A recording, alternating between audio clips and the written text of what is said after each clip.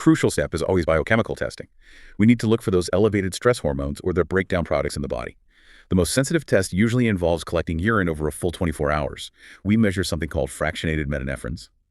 If there's a really strong suspicion, sometimes a blood test for plasma-free metanephrines is a great initial choice.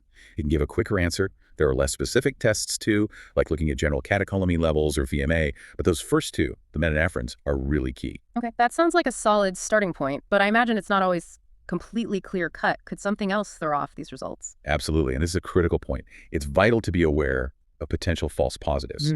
High stress levels from, well, anything really, certain medications like some antidepressants, TCAs, SNRIs, even conditions like obstructive sleep apnea or chronic kidney disease, all of these can interfere with the results and make it look like a pheochromocytoma when it isn't one. Oh, Yeah, and this raises a really important question for doctors. Why is understanding these false positives so vital?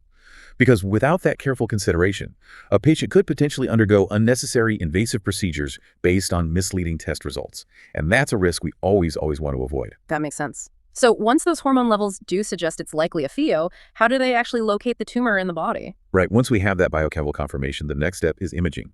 Pinpointing the source. Doctors typically use advanced scans like a CT scan or an MRI of the adrenal glands. These help pinpoint the tumor's exact location. CT scans are very effective, highly sensitive.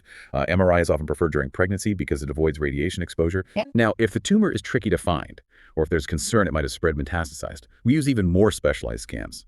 These are often called functional imaging.